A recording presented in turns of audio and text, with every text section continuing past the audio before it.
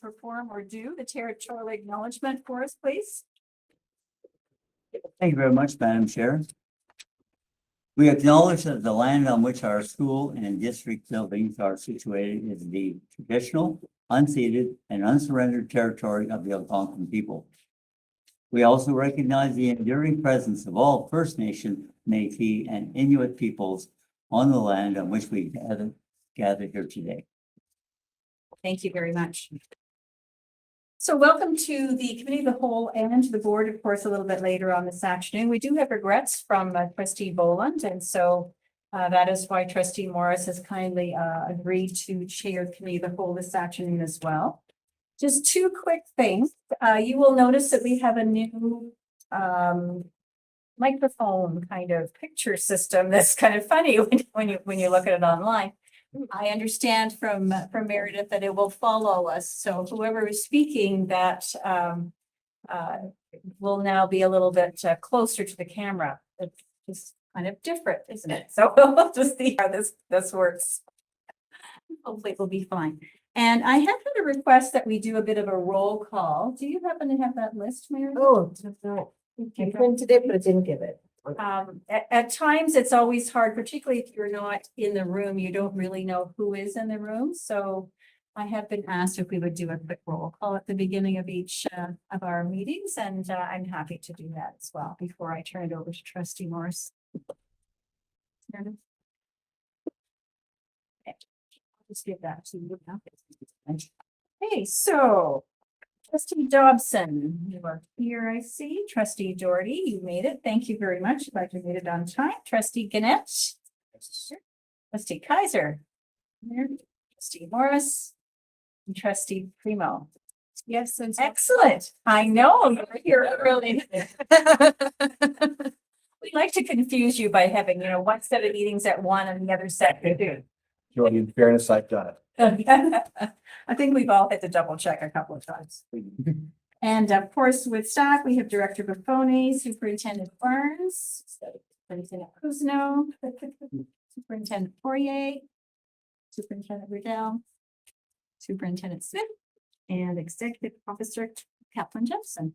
Excellent. So we've got a pretty full house today, except for Trustee Boland. So thank you for that. So with that, I will turn it over to Trustee Morris, if he would chair the Committee of the Whole, please. Thank you very much, Madam Chair. Could I have a mover and a seconder to approve the agenda for the Committee of the Whole today? Trustee Doherty and Trustee Gannett. All those in favor? Thank you very much, and it's passed. And I require a mover. We'll have a closed session first. So I require a mover and seconder to move into closed session. Dobson and Trustee Doherty, thank you very much. All those in favor? Thank you, it's passed.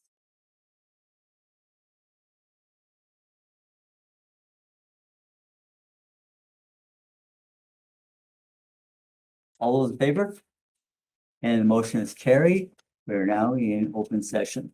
So the first item in open session, we have health and safety update, and we have something in our package. Page 2, I guess. And if I could just turn that over to Albert Barnes, or sorry, to It's me. I think I've met you. you might have, Brian, you might have. Thanks so much. So today we have Shane Halliday with us, and he's going to present a report from Health and Safety Department. Specifically, we do get an annual report that you've seen in your package from the School Boards Cooperative Inc. that we are a member of, and they do provide us with reports to measure our performance in terms of health and safety and WSIB. And so Shane's going to walk us through some of those details and take it away. Thanks. Just to go out there and walk around, is that okay? You do, just don't trip. Hopefully you have this, Good. that's safety right there. Okay. I've done some safety in Japan, and they have pylons, so whenever the Japan people see a pylon like that, they just move like that because they know you like the play, right? So it's kind of neat, so. Testing out our system with all your movement. It's great. Yeah. Yeah. It's following you, Shane. Move around quite a bit. He's all warmed Okay, up. it's following you anyway. So thanks for having me first and foremost. I hope everyone went through the report. So I just want to cover some of the highlights that are in the report to start with. Obviously, I can't cover everything because I'd be here for like half a day and you guys would be really, really bored of me. I'd fall asleep. So anyway, I'll just hit on some highlights. So first of all, I'll talk about some of the health and safety stuff. So in 2021 school year, Renfrew County District School Board's total incident frequency rate was above average, above the provincial average. And that was the first time that happened in the previous 4 years to that. So, but in 2022 school year, we were able to get back on track and our total incident frequency was below the provincial average again, which is good to see. So in 2022, our average rate was 3.78 for Renfrew County District School Board and the provincial was 3.96. So a little bit of a good note there for sure. The less incidents that we're having, obviously, will bring those numbers down, right? And whenever they say they compare it to the provincial average is the 72 school board districts that are all in Ontario. So it does give us, and some of those are bigger, we're smaller. So whenever we do have, it doesn't take us as many incidents to raise those numbers pretty high, right? So some highlights from our health and safety script. Spearheaded some of our initiatives were the production of our training modules for staff. So we made them a little bit more interactive. We threw in some videos, we threw in a bunch more questions and just to keep people engaged a little bit more. Plus we threw some test questions in there as well too. So we're finding that that's helped out a little bit. So, and the because of the aggressive incident reports previous year were up a little bit. So we asked Spec Ed if they could continue doing the behavior management system to especially dealing with support staff to help de-escalate possible aggressive incidents that were happening out there. So they actually did it through virtual. So there was no practical component that they have to cover, but they still got the messaging, right? So Spec Ed did a really good job on that. And I know there's some more training coming up on May 19th this year for that. So we also focused on wintertime slips, trips, and falls. So what we did is we went out to all the schools, we made sure there was ice cleats at every exit or one or two exits in the schools, depending on the size. And we asked all of our teachers that were out in the yard during the winter months to actually wear the ice cleats. So that cut down on a lot of our slips, trips, and falls that we were having, and our custodial staff as well too. We asked them to wear them if they were outside shoveling, etc., stuff like that. So that cut down on our incident rates. So some of the WSIB highlights. So in 2022, we had 18 approved lost time claims. Of these claims, there was 3 of them that were more than 5 days lost time, so 7.67 days average loss. One of those were because of COVID, and the other 2 were slips, trips, and falls. So that's a really good year for us because this year we're at about 38 right now, but I'll talk a little bit about that later on. And the employee groups most likely to be involved in the incidents in 2022 school year were the educational assistants, custodial maintenance staff. And the most common cause of incidents were struck by and against slips, trips, and falls and aggressive incident reports. So this is the first time we haven't seen ergonomics on there, which in previous years was a big one for us, right? So Paula Van Hoof is our WSIB supervisor, and she manages all of our WSIB claims. So Paula works very close with the frontline supervision, the principals, managers, unions, and employees that are injured in the workplace to make sure that if there is anyone injured, she brings them back on a safe return to work, right? Which saves us a lot of money. So which brings me to a really good point. So in 2022, our school board saved $172,080. That's astronomical. I've never seen any numbers like that ever in my 27 years of safety. So that's that's huge and that's really Paula. And the lower number of incidents, but also it's Paula making sure that she's out there and she's working with those frontline people to get everyone back to work on a safe return to work, right? So that's huge. And the last time we saw any kind of numbers like that was in 2023. We had a return of about $98,000. And some of you would remember that. Not the new ones for sure, but short-lived, right? So in 2023, this year, we've had 33 WSIB claims. 5 of them are possible exposure claims. They don't cost us anything, but eventually they're to asbestos. So eventually down the road, if they develop mesothelioma or asbestosis, then it might trigger our WSIB back at that time. So really, we have 33 incidents or WSIB claims. Something to note was out of those 33, or 38, if you will, 9 of those WSIB claims were casual staff. So we have a lot of new staff that are coming in. So 9 of those are WSIB claims, which is roughly around 23% if you take it at the 38. And then if you minus those 5 exposure levels, you'd be taking it at 33, which is about 27% of incidents. That's relatively high for new staff that are coming in. But then again, those are the ones that are new to our systems. So they're the ones that are most likely when you start a new job, you don't know everything, right? So you could be exposed to more hazards that you're normally not exposed to, right? And first aid incidents so far this year, we have 98 incidents. And again, 20% of those are casual staff as well. So that's about the highlights that I have for you. Sorry for throwing some numbers at you, but numbers they don't lie. Are there any questions for Shane? Yeah. Dodson? Just a question here about health and safety. I know I was at a couple of different events, communities, schools, and the custodian wasn't allowed to open the bleachers. And apparently there was only 2 qualified people on the board that could open the bleachers. So the event had to wait for almost an hour until one of those people was called, a person was called, who came from Fort Stitch Falls to put the bleachers in.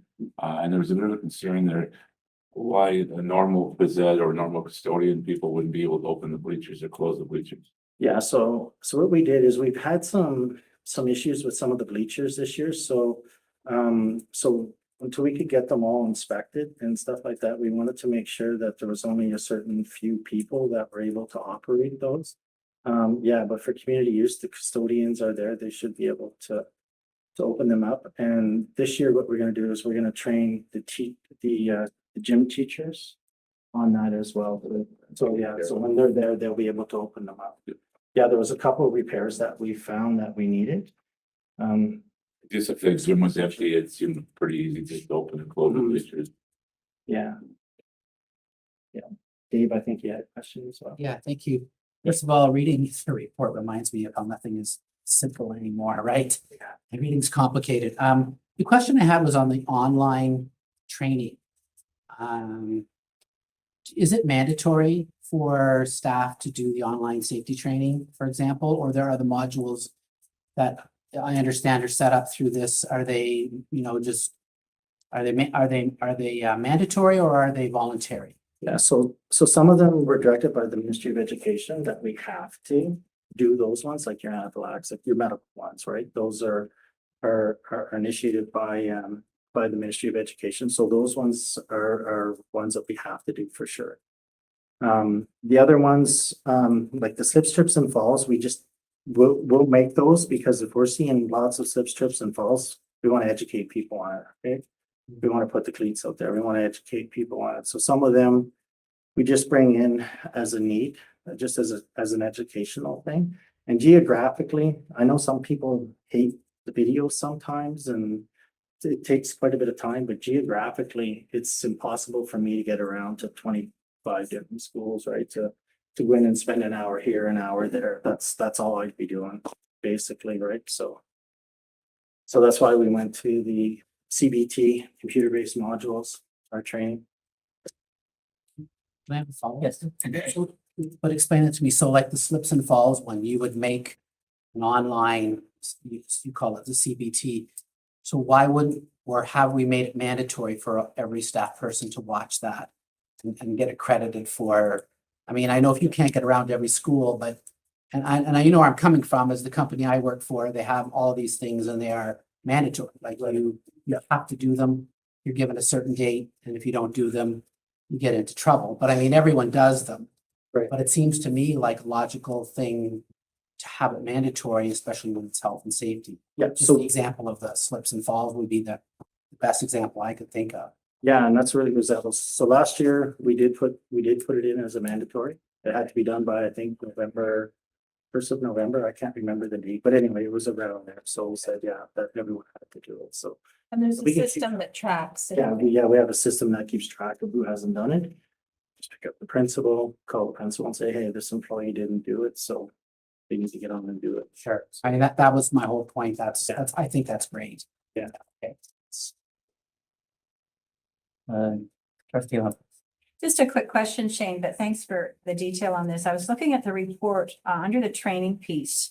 You talk about 27,153 training sessions. So I guess that tells me that some staff are doing more than one training session. Yeah, so, yeah, you'll see, I guess that was a number incorrect. yeah, no, you can see some staff doing like 7 or 8, depending on where they're working and stuff like that. So and that's what I mean, they're kind of tailored to their job specifics, such as an EA will have to do a little bit more, especially if they're handing out medication and stuff like that, right? So there's principles of medication and all those other ones that they might have to do, right? So And how long are the training sessions? they vary. Some of them can be an hour, some of them can be done in like a half an hour, so they really do vary. Some of them are 2 hours, right? So. It's great. Thank you. Other question, comment? Oh, trustee Gannett. Yeah, just quickly, Shane, you talked about the cleats, the slips, trips and falls. I'm assuming that because that's so helpful, that's one of the reasons why our that area is down in numbers. But is that a preferred thing that staff do, or is that mandatory? Is it expected? Yeah, I didn't say mandatory. Yeah. It's an expectation that we put out there. And like if we're seeing a school with, one incident, we're there. Paul and I are on the phone, or I'm going out there to visit to find out what happened, and then we're saying, okay, the cleats are here, make sure you're wearing it, right? So it's education. So it's not a mandatory thing. We've just Strongly left it encouraged. as strongly recommend. I just wasn't sure. Okay, thanks. I know that one time there's a real concern, a lot of the gyms are closed because of the basketball, the boy basketball had fallen down. One of is that sort of that health and safety all been resolved, or? Yeah, so what we did is we bring in third party, and we found, well, what triggered this is we had a basketball net actually drop at one of our schools, and that's a no-no, right? So cable actually snapped. So what we did is we inspect everywhere across the county, and we found some others All been done now. were damaged. No, I wouldn't say that. I would say that they're still working on that. And really, that's gonna be like a summertime thing, I'm thinking. So I'm responsible for the inspection part of it. And then Bill Murray from Plant Facilities is responsible for the repairs of it. So we do have a company that can come in and repair them. Okay. Yeah, but it was an issue. We didn't want to don't want to err on the side of, you want to err on the side of safety when it comes to those basketball nets, right? So that's why we did what we did. Trustee guys. Back in my management days, I mean, one of the things that we discussed in these modules was the attention span of a person. You said some of these go 2 hours. So I know we were told that the attention span is 30 minutes. So even if it's a 2-hour session, they would break it down into 4 30-minute modules. And then, people can do one module at a time. I don't know if you've thought of that, but I mean, in the early days, they'd have these hour and 20-minute modules, and everyone hated them, and we don't think anything, was gained by it. So I'm just suggesting that maybe we try to keep those within 30 to 35, 40 minutes to keep. Yeah. I mean, the focus is retention, right? That's what I remember from our discussions, and That's what we discovered was about 30 minutes is the average attention span for a training session on just about anything, if I remember correctly. Anyway, just a thought, yeah. Okay, thank you. Any other questions? Shane, if we could go, Sorry, Brent, can I Oh, do you that one, first. please? I think we can take that, David, and look back at it. Do know that they're self-directed, so people have that period of time that they're able to stop, do something else, read, it's not like we're sitting with a whole group, so everybody gets to do their own. And you can pace yourself as to what you need to do, but I do agree too, though, if they're still too long, people aren't pacing themselves on that very well either, but just so you know, that's the model that we use, so it's not a group piece, every individual. Longest one, I think, is the epilepsy and seizure one, so that's a long one. And it's basically, we do have some students that have that in our school system, so it'd be those folks that would be working with that student that would engage in those ones, right? So. any other questions or comments on Shane's presentation? First of all, when you were talking about, the bleachers, are they pretty pricey? I would imagine so. Yeah, Bill Murray would know the cost of them for sure. Yeah. The question then is, do they typically have a lifespan? I wonder, and do we look at those on a regular basis? Yeah, so they are inspected by a third party once a year, so they are inspected. And then again, part of the education around this too is to make sure that there's no one around. Whenever they do deploy them out or bring them back in again, so. Cause that gives them an opportunity to hear everything, cause some of these things start squealing whenever there's parts that are grinding, whenever there's parts that are not moving properly. So that's kind of why we want to have the gym empty. If there's a bunch of kids in the gyms, that's really loud and you can't hear them moving in and out type thing. So all those things. So it's a little bit of a training thing to learn how to bring these in and out, right? So. I can imagine that they could be problematic as they get older and, a bit of a safety hazard. So thanks for the information. Dave, Sorry for the last question, but when it comes to vandalism and stuff, and I was in the school last week and there's only one washroom left open. Who makes a decision, like when in that case for safety reasons, if there's some part of the school locked down because of whatever vandalism? Yeah, that'll usually be the principal, but normally they'll call and we'll have that conversation, and depending on the situation. It's not me that's making it. They are ultimately responsible for the school, so it's usually the principal, but they usually phone and give us, we have a conversation and then we'll give advice, right? My concern is that there's enough bathrooms open for people in the schools, but so we keep that in mind, right? But yeah, there has been a lot of vandalism in the bathrooms this year for sure. It's an issue for sure. any further questions or comments? Shane, thank you very much. As always, we learn a great deal when you come, and we'll watch our step as we're heading out. Well, I'm glad to see this. Yes. Okay, thank you. Thanks. Shane, thanks, Shane.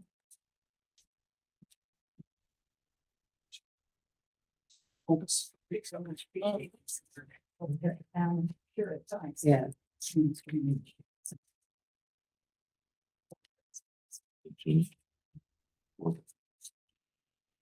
All three friends. Okay, we're going to move on to the second item. The agenda for committee of the whole. It's an update regarding international education initiatives for the district. And I'll turn it over to, I think it's Bill. Yes, Superintendent Riddell. Sure. So this has been a great portfolio to have. I want to thank my colleague Sharon, who I must say supports it immensely. So the board report that I created really has three aspects to it. It has international excursions, which are in the secondary sites in our system. Then there's the international exchange. So we have that partnership that I'll speak to briefly about France. And then also we have international students who who are hosted in the district. It depends on the length of time. Sometimes it's short, it's a month, other time it's an entire semester or a year. And that is run through Yes Canada. So with the update, certainly from the couple of meetings ago, we discussed the equity in terms of equity of access to the trips. Director Buffoni and I had an opportunity to meet with EF, International Education Tours. It was a really great, very fulsome meeting. I will pass out, actually, if you want to just pass this down, Meredith. It was a great meeting, and that was pretty much the predominant thing we asked about equitable opportunities for students. There are a number of scholarships that students can apply to. Any school leader who's kind of the lead leader for that site can encourage students to apply. We had 2 recipients from RCDSB this year, one of whom is going to speak at the board meeting today at 4. And that was in support of the teacher, but basically acknowledging the need, the financial need, but also kind of the agency of the student or the stewardship within their community and different things that they're doing. So it's a really great honorarium that they're receiving. And, it makes the experience in some lens equitable for them. In terms of fundraising as well, the schools do initiate fundraising programs. There is a teacher from Arnprior who is going to speak today at committee. And she, with the students and other teachers involved, they ran 2 fundraising initiatives, which she'll go into, detail about, but raised significant funds for the trips to offset some of that cost. As well, many students, and this is a conversation I had with a number of teachers in the district, and certainly with the 2 people at EF with whom we met. Usually the board trips are approved anywhere from 18 to 12 months, and the majority of students will work part-time jobs to help offset that trip. So I think I mentioned, if my child wanted to go on a trip, sure, but you are going to pay a part of that cost to go. But certainly the understanding that not all families have that means. So there is fundraising for all of the trips that take place at the school. And then there's opportunity through EF, and it's also in the board report, links there, a number of ways in which funds can be raised. One of the main ones that they use, and you probably have heard it from other fundraising things. I know it's something certainly in hockey. A lot of hockey teams use it, but the Flip Give. And that basically is an app that can be connected to a team or a group of students. And then say if I go to the Independent and I purchase groceries, a certain portion can be allocated to the person who's overseeing the fundraising at the school. Or if it's a school team, usually, it would be the manager of that team. And it's for a lot of different things. It's for things like Reitman, Sparks Warehouse, Indigo, like a whole bunch of different businesses within local communities that they get a percentage back. And a lot of people do use that. I only know from a hockey experience because I didn't know this was something until this year that they could do for schools, but it does help to offset a lot of team fees. So that's something that can be done for fundraising. With the excursion to France, so we just received last Tuesday, we had our incoming students from France come to us. There were only 3 this time, so there was an interest of 5 initially, but I'll be honest, it was a fairly quick turnaround at the start of the school year to get kids involved, and worked as best we could to have secure placements for them. But the students from France arrived last week. They had been interacting with their families via, Google or Zoom or what have you for months ahead of time. And when we met them at the airport, there was complete familiarity with not just the parent of our student, but with the student coming from France as well. And there was, honestly, it was like complete joy when they connected at the airport. So they will be here for 6 weeks and they are following the timetable. So we managed with all but one student to pair them exactly with the timetable of their host student. So they're all happy with that. There are a few excursions that are planned as a district. Sharon and I are just working at the details, but there will be a day to Ottawa. They're connecting with Opeongo High School and Shaw Woods. And we are looking at doing something, we might go back to Ottawa again or do something more local. But the group who's here, the parents have set up kind of, who's doing what, when. And I'm on the email chain. So there's lots of things that they're doing within the county. I think the last thing they're going to be doing is probably going whitewater rafting. We checked, it is approved, and that they can do these things, but we thought that would be a really good experience for the student. The main thing when they're here is obviously having that friendship, but that acquisition of the English language, and also for our students to use their French language. So when our students visit them in the fall, and we're just securing those dates, they will be fully immersed in both a French language and a French cultural experience. The other opportunity that we have as a district is to host basically students from around the world. I presented a couple of months ago through Yes Canada. It will be host families that may be parents of students in the RCDSB, or it could just be community host families. But so far for the fall, we have 24 students who want to come to Renfrew County. And it's students right now from Japan, from Thailand, from Chile, from China, from parts of Europe, and somewhere in Honduras. So it's pretty broad in terms of the learning, both for the host students coming, but also for community here. And of course, there are things at a school level that are planned, and actually the Shaw Woods excursion is for the international students, and we're pairing the French exchange students, and that's run through Vicki Wilson, who's the vice principal at Opeongo.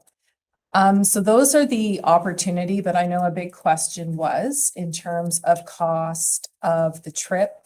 As mentioned, for the cost of the trip, what is included is the flight, accommodation, breakfast and dinner, then all of the entries to either the churches, museums, monuments, if they go to a play or something, as well as gratuities, because when you travel with any excursion company, particularly EF, you are given someone from EF, a representative who speaks the language of the country that the students are visiting, and also stays with the groups to make sure that everything is quite smooth and seamless. There are gratuities that go to that person, and there's also gratuities for the bus driver, as well as if you go to the Louvre, you would give a tip to the person who is leading the students through the museum. So the students do pay for that, but that is what is included in the bundle, and then students are responsible for lunch. Lydia, though, when she's here at the board meeting, will speak more to kind of the specifics of what that offset in terms of cost for the students. And then one of the students is speaking about the scholarship that she was awarded. So EF knows the need certainly for things to be inclusive, but also equitable. And I have to say, I was a teacher participant with EF, and certainly signed off as a principal and the like. But when Director Buffoni and I met, I was like really, really impressed in terms of what they're doing. And it's not just something that's connected here, but it's an international outreach for schools. For schools so that more kids can go. The experience that the kids have as well. So it's not just a trip. I like calling them educational excursion versus international trip. It is a learning experience, and it just brings kind of the real world learning to what students would learn about online or through books or images or what have you, and allows them to really be fully immersed in that experience. One thing that was really important, and I think most even privileged families would agree to, it's very difficult to plan for a family of 5 to go to Europe and kind of have that 10, and this, the trip that Miss Pritchard went on was a 13-day trip. So that would be extremely costly, but certainly for your child, you know, you can work and they can work towards paying so that they can have that experience if it's not something that a family can. Any questions or comments? Mr. Kaiser. Just a question. I mean, I think it's fantastic what we're doing. I go back to a question I asked previous in similar context is so, I mean, in terms of trying to make this as equitable as possible for as many students as possible, what are we doing to promote that? So I'm just going to pull an example out of my head, you know, a student whose family is not very well off, could never afford this. That student might be thinking, I have no chance. I'm not even going to consider it. How do we sort of make sure that that student knows that, hey, maybe this is an opportunity for you. We have these resources available. At the end of the day, it may not work out. The family may not allow their student to go or may not even be able to afford the extra expenses. But I feel like we need to, and again, I don't remember how exactly I asked this before. We need to have some kind of a plan in place or some kind of a program that students can access that allows them the opportunity to at least explore this. And I think I mentioned that, you know, their own friends might be the best supporter for that. Hey, you know, apply for it anyway. And again, I'm thinking, I don't know exact process, but I just feel like, you know, even if it can't be 100% equitable, which it can't be, it's still, how do you make sure that students who don't think they have an opportunity actually may have an opportunity, and how do they explore that? And I don't think I don't know if we've done anything, but I feel strongly that we need to figure out something to do to make sure that opportunity is understood, that it's accessible to everyone, at least in terms of looking at it. They may not eventually be able to go, but in pursuing it, you know, parents might put their kids in your hockey example. They might put their kid might make the Aces team or the Titans team. And then when they find out it's, you know, $25,000 a year, they may pull their kid out, or if they don't have another way, but at least they had the opportunity to go through it, get into it, and then make a decision later. So I feel like that's really important. So that's a great question, and certainly something, so what I'm thinking, because I know there's also an excursion next year to fellows, but an awareness with the principals and having the conversation with the lead teacher, because they will meet with the students usually once a month, but meeting very early and providing the information to the students, and also thinking of ways in which that can be transparent to the communities as well. I don't know whether it would be via the board or just individual school communication. I'm thinking with an update eventually to our web pages, that it's something that we can put on there. But you know what, now upon reflection, because I'm just really dealing with the high schools of Arnprior and Renfrew, but certainly we can connect with other schools that are going. I know, I know the teachers who run the trips in the district are pretty well versed. It's usually, they've run a number of trips, so they would have an awareness of that, but I need to dig down more to school level and see how that information is provided, and more importantly, how that's messaged to the community. So that's something we can do very, very soon. One of the things that Superintendent Riddell's comments. I think Christy Kaiser, you raised a really interesting point that EF Tours brought to our attention, that they're looking for us as organizations to take a much more systemic approach to those equity issues. That in the past, traditionally, you left it up to students to come forward and say, you know, I'm really interested in it. They're working with organizations like ours in the roadmap out of the pandemic to say to districts and to schools, if you have an eye out for a student who might be marginalized in some capacity or disadvantaged, but would really benefit from this kind of trip, to be proactive in that kind of approach. And I think as we move forward with international education excursions through our communications department, the work, as Superintendent Riddell mentioned, in schools, we become more front facing with that, with these opportunities, so that schools can connect to students rather than just relying on some students to connect to the initiative. Because unfortunately, a number of our students, based on whether it's past experiences or their current condition, might not ever come forward, not thinking that that is something within their possibility or realm of potential. So I think it's a really interesting comment, and it'll sort of tweak the approach, just building on what Kristen shared in the move forward for us as an organization to be more proactive on that front. And the F Tours is trying to do the same with their outreach.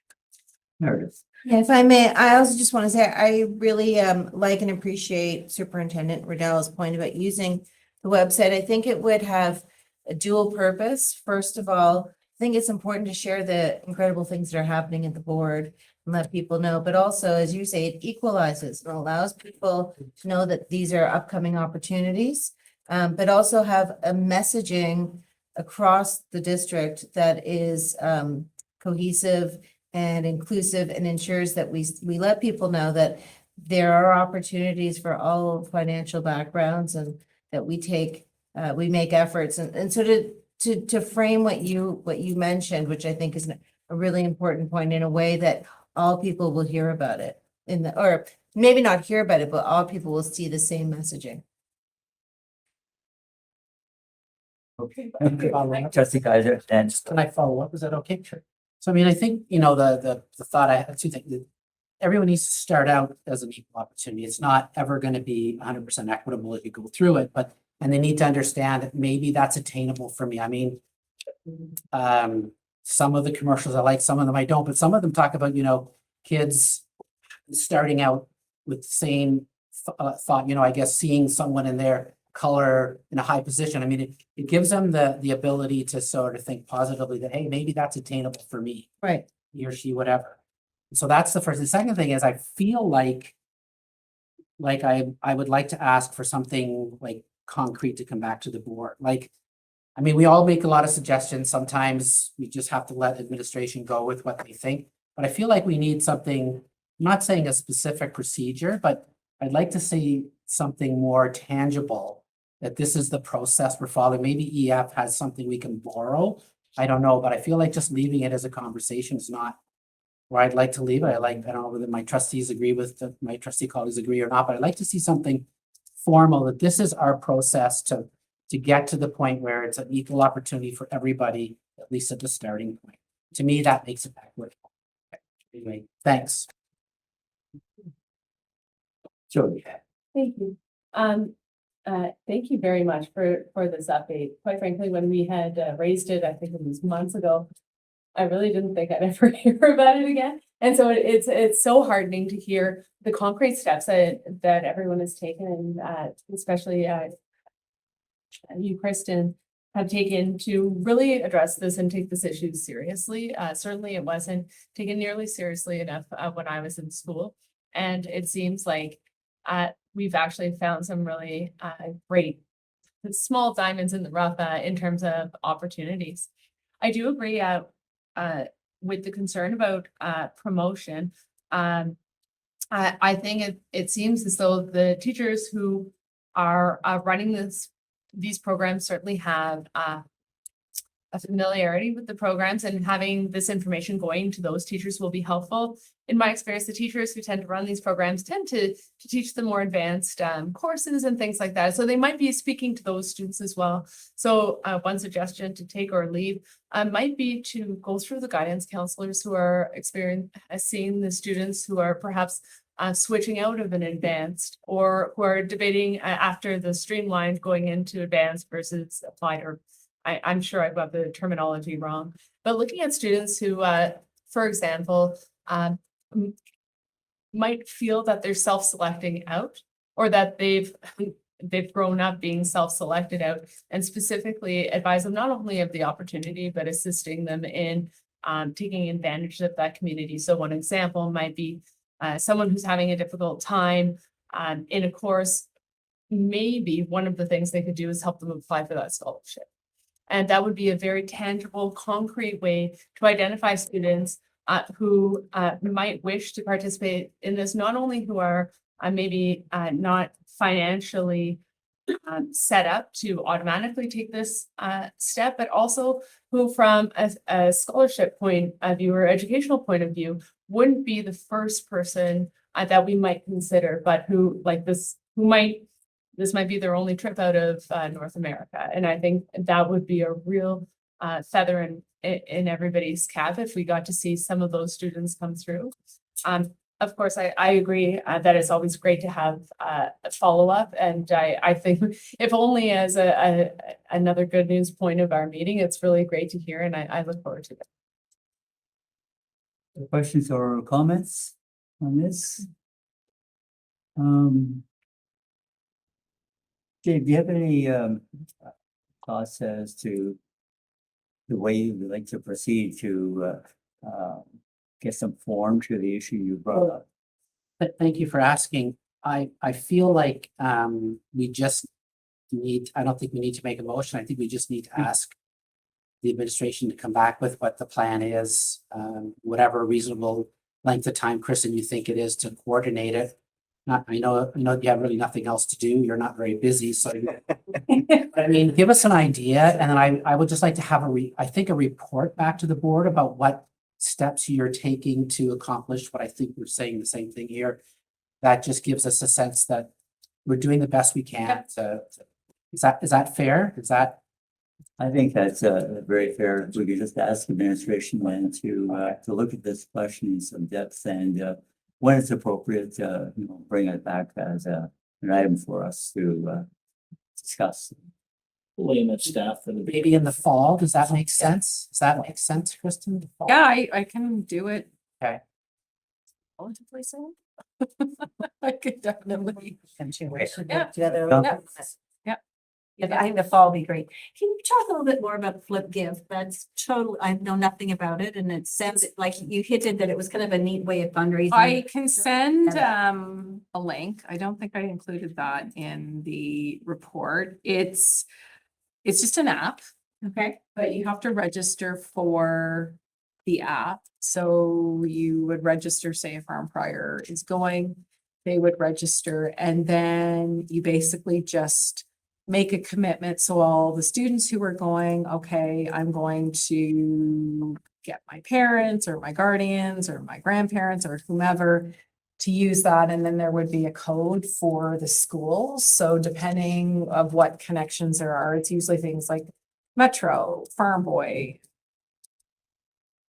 The Independent, or here, or Value Village. And then they would give a percentage of what is spent, you get that back.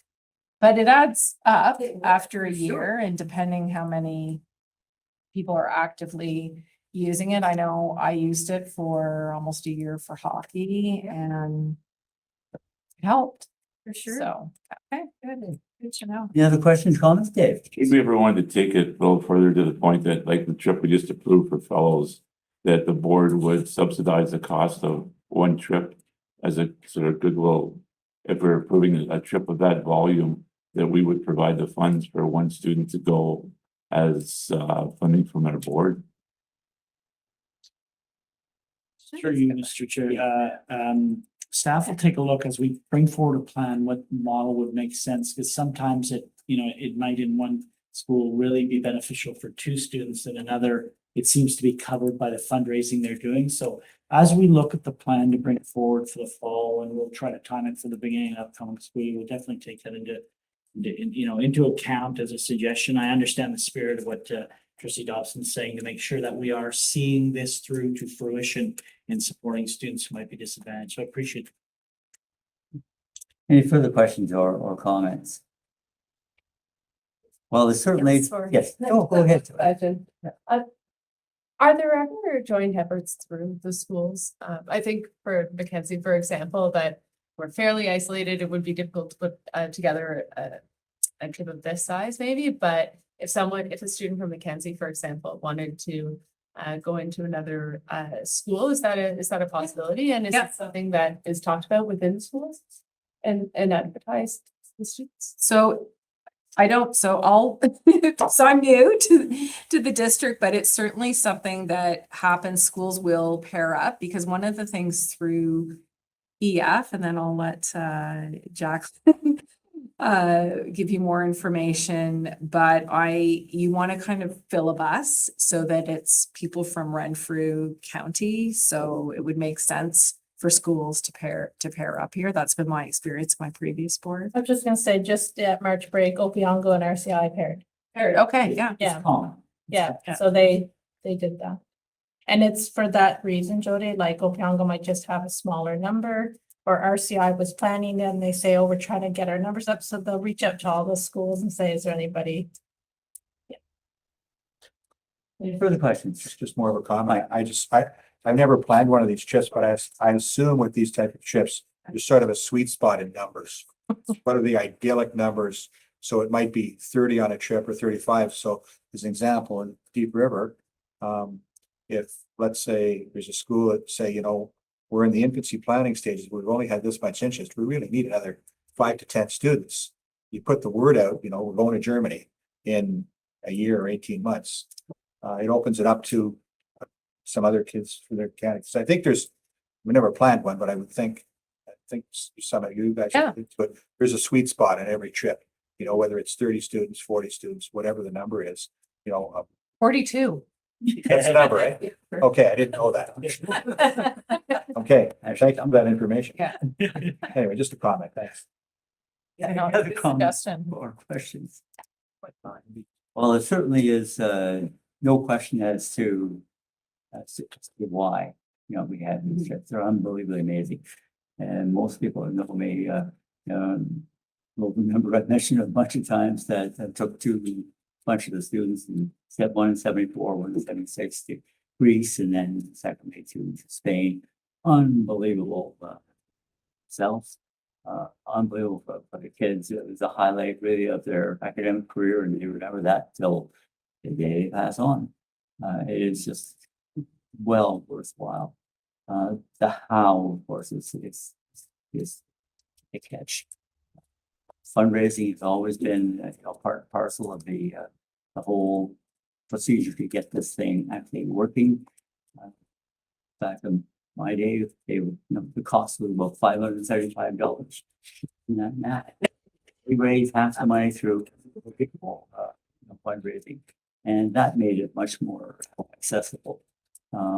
Nowadays, the price is over $4,000, I think, last one we actually saw, and that's a real barrier. So anything that can be done to make it easier for a more equitable group of students, I think that's very worthwhile.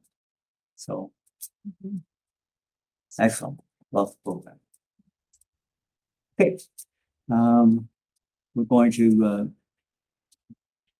move on to some people consider this the most important part, but it's not. This concludes committee of the whole. No other items are on the agenda, and I require a mover and a seconder to adjourn the committee of the whole. Okay, Jody and Dave Kaiser, very much. All those in favor? Thank you. And the motion to adjourn committee of the whole is carried, and we stand adjourned. Thank you. Thank you very much. Thank you, everybody, for coming in a bit earlier for our board meeting today, and appreciate that we've got so many people around the table today too. We do have regrets, of course, from Trustee Bowman, who was unable to be with us today. And I would like to ask Trustee Gannett if he would lead us in the territorial acknowledgement, please. Thank you, Chair Humphries. We acknowledge that the land on which our school and district buildings are situated is the traditional, unceded, and unsurrendered territory of the Algonquin people. We also recognize the enduring presence of all First Nation, Métis, and Inuit peoples on the land on which we gather here today. Thank you very much. And trustee Morris, could you lead us in the invocation, please? Sure. Who remains. Yes, please. Yes, we are. In practice. May we who are assembled here have a true understanding of the duties that are placed in our hands. We seek to have the wisdom to honor our obligations to the good of the residents of Renfrew County, to the parents, teachers, electors, and especially the students. May those who teach be ever inspired by goodness, and may the wisdom and knowledge which they impart to our students ever serve as a beacon to lighten their way.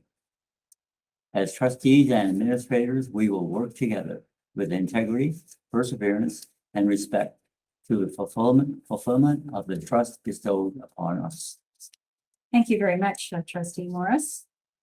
Just before we get underway, I just would remind people, as we're speaking, if we do try to speak up a little bit, I know we're trying out a little bit of a new system today, and I think we had a bit of struggle sometimes in our committee meetings with being able to hear voices. So if we just make sure that we speak up so that we can be heard, that would be appreciated by everybody, particularly those who do watch us online later on.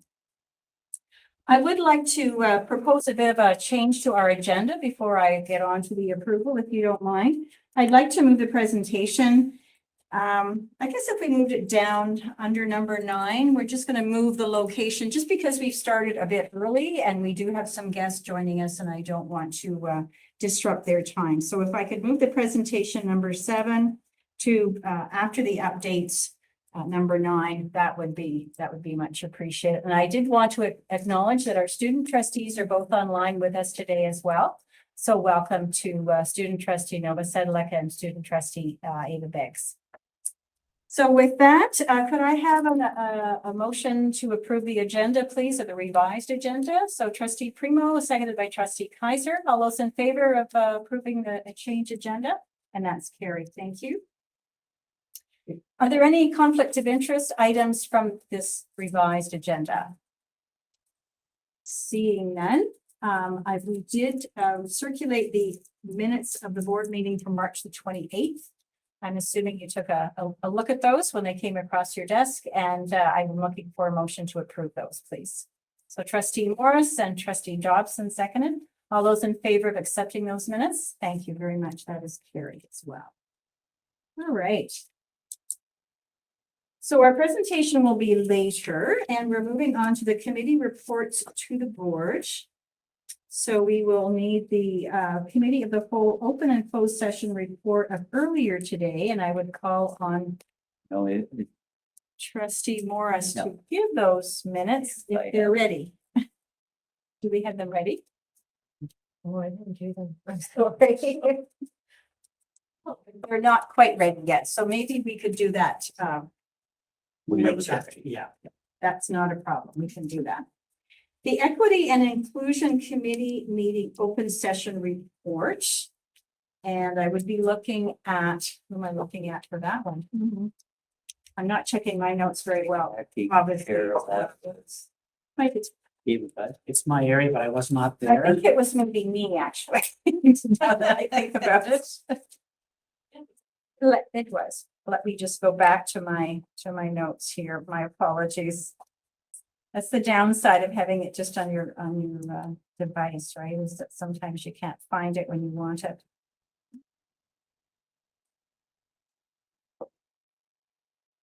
I've been trying not to print things off if I can help it. Probably going. Yeah, after, Going the wrong way. Yeah, just before the, that's where I was. Would you like me to read it? Have you got it handy? Would you please read it to trustee Kaiser? That would be lovely. Thank you. I don't seem to be able to put my finger on it. you react. I know I was the acting. Want it? So at least I can present the report and I'll ask you for a summary if you don't mind. Thank you. The Equity and Inclusion Committee met on Tuesday, April 11th, 2023 to discuss the following item. A discussion on our Student Support Fund. There was a report brought. There were no recommendations made. I move the receipt of this report and maybe would ask if our chairperson could give us a brief on that report. Absolutely. Thank you very much, Trustee Kaiser. I did sit in on your behalf, and the Student Support Fund update was really just a good overview of how things have progressed over this last year. We are now starting to rebuild our fund, I think, quite nicely. With COVID, things just sort of dwindled down and people perhaps lost a bit of interest, but we're starting to rebuild that. Certainly the Valentine's Day event was quite a large fundraiser for us, as you may remember. And we're also finding that the support fund is being used really well by a good variety of students across our board as well. So I think the report really gave us a good handle on that and what to look forward to, I believe, in the future as well. And maybe I could ask Meredith if she had any additional comments around the Student Support Fund report, because I know you actually presented it to us. Was there anything else you would like to add about that? Just, I know it's a little while ago now. No, I just think that we're pleased that the Valentine's campaign went well, and we're looking forward to more campaigns. Similarly, we're looking at doing one in May surrounding end of year activities. And so you'll see more coming soon. And one thing actually that would be great to note, and if anyone at home is listening, especially for them, is that we're looking at also getting a corporate matching donor so that any donations that are made by parents would be multiplied. So, and that could be across the district, across the Ottawa Valley, and wouldn't have to necessarily be 1-to-1, and there could be a cap on it so that companies are not taking on an opportunity without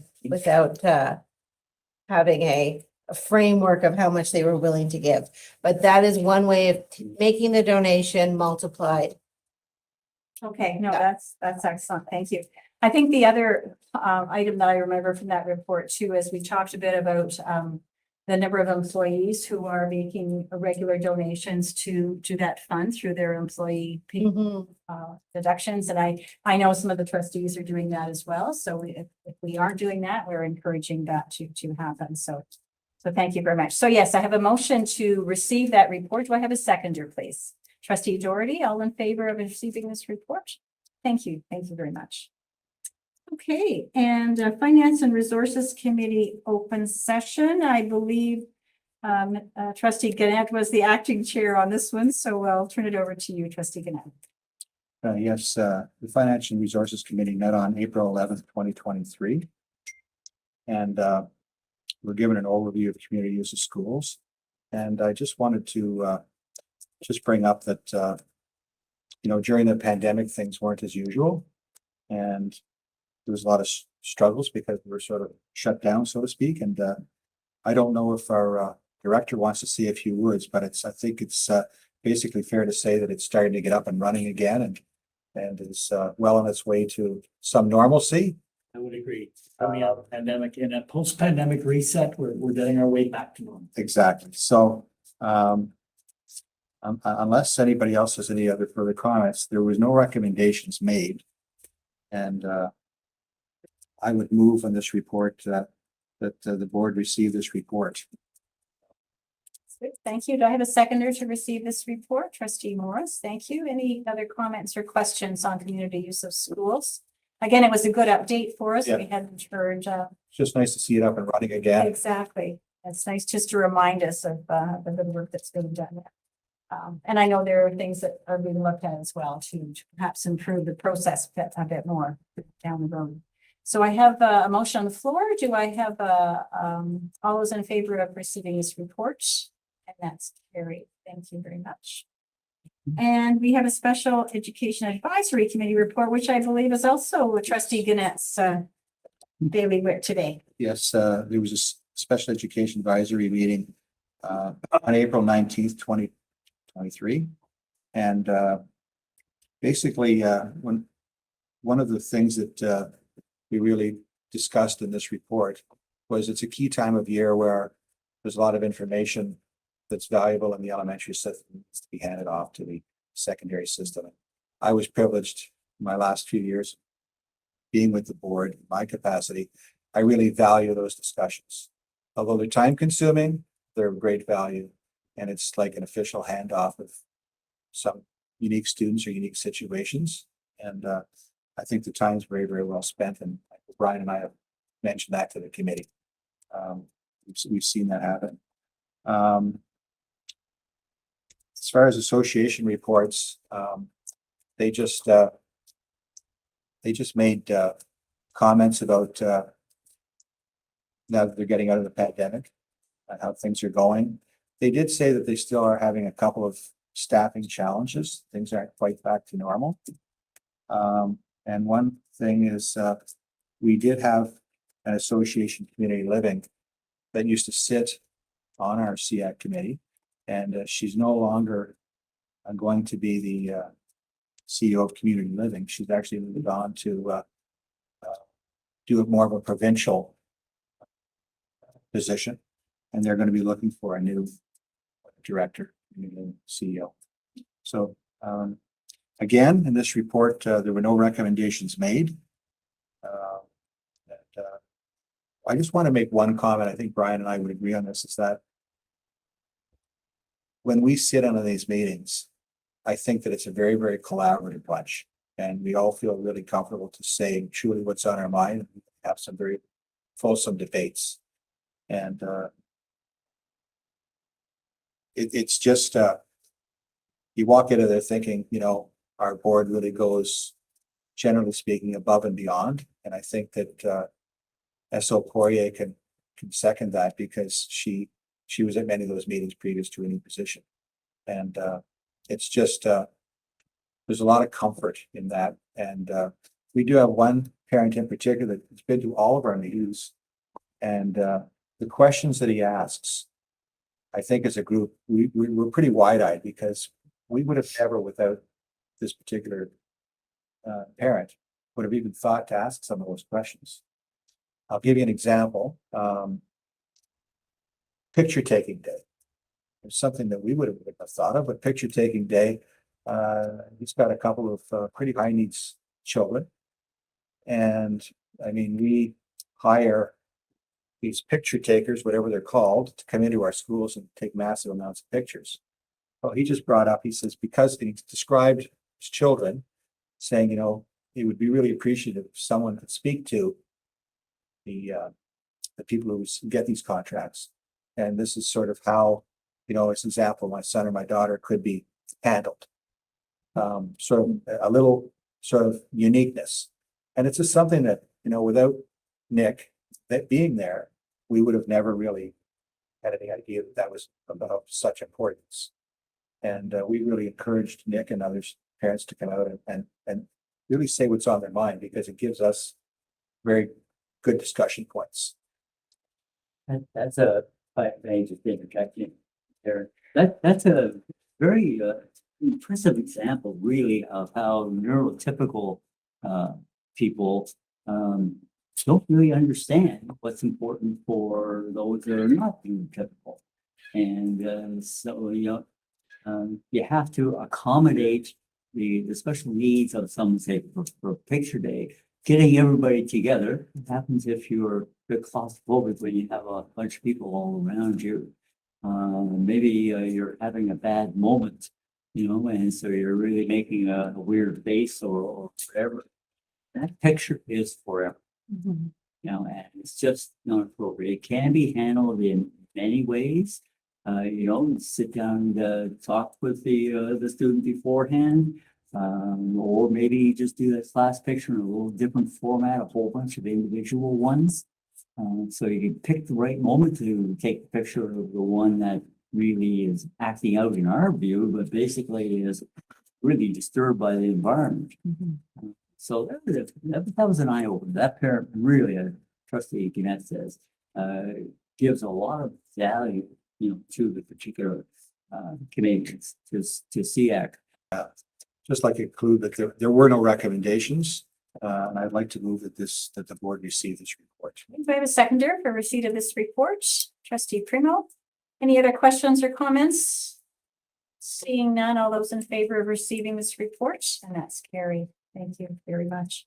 And I believe now we can return to perhaps to hear about the committee as a whole open and closed session. Is that correct, Trustee Morris? Okay, Testing your memory. it's there, it's there. The open, the close, and then the open we'll put together. That's fine. Okay, so.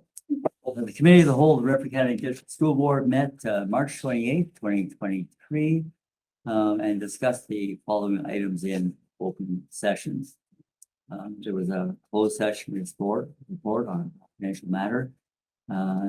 We had a health and safety update, and also international initiatives were discussed. No recommendations were made, and move acceptance of this report. Excellent. Okay, I have a motion to move the report. Could I just ask one quick question? Just wanted to clarify the date. Oh, April the 25th. April Yes. 25th. Okay. Oh, sorry.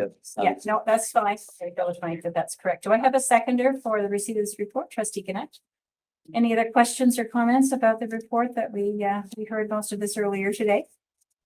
And all those in favor of receiving this report?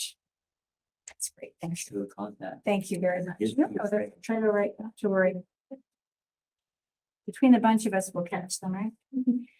Okay, we'll go on to our updates, and then from there, we will go back to our presentation. So I'll call on Director Paconi for his update, please. Thank you. Through you, Madam Chair. Now that we're fully into the spring season, I'd like to highlight a number of activities and events, initiatives, or projects taking place across the system as always, as they relate to the achievement, equity, and well-being of our students, staff, and school communities.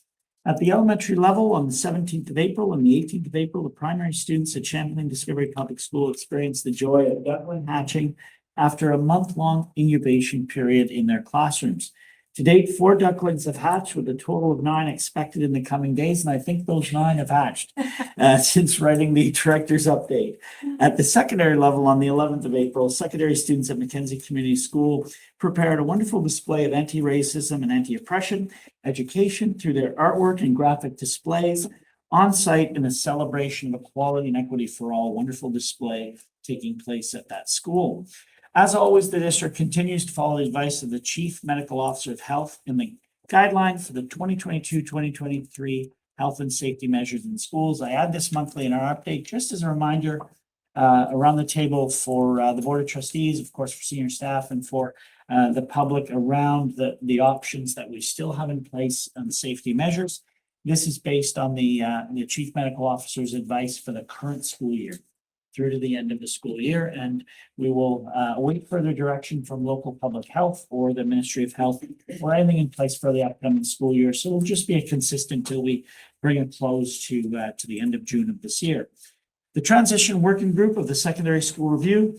As part of the Secondary School Review, the Transition Working Group met yesterday afternoon and will meet again on Monday, May 29th in the afternoon to discuss a number of subcommittee activities and initiatives and the progress that's been made, including the creation of a D-Stream framework for the Program Pathways Subcommittee, a resource guide for educators related to student success, and a handbook for experiential learning for the experiential learning opportunities our students will have K-12, as well as a protocol of promising practices in the transitions to and from secondary school. And of course, there may be different titles for what ultimately is produced by those subcommittees. In addition, other considerations noted in the recommendations approved by the Board of Trustees in January will be addressed, such as the potential supports for artistic and athletic endeavors system-wide, for example.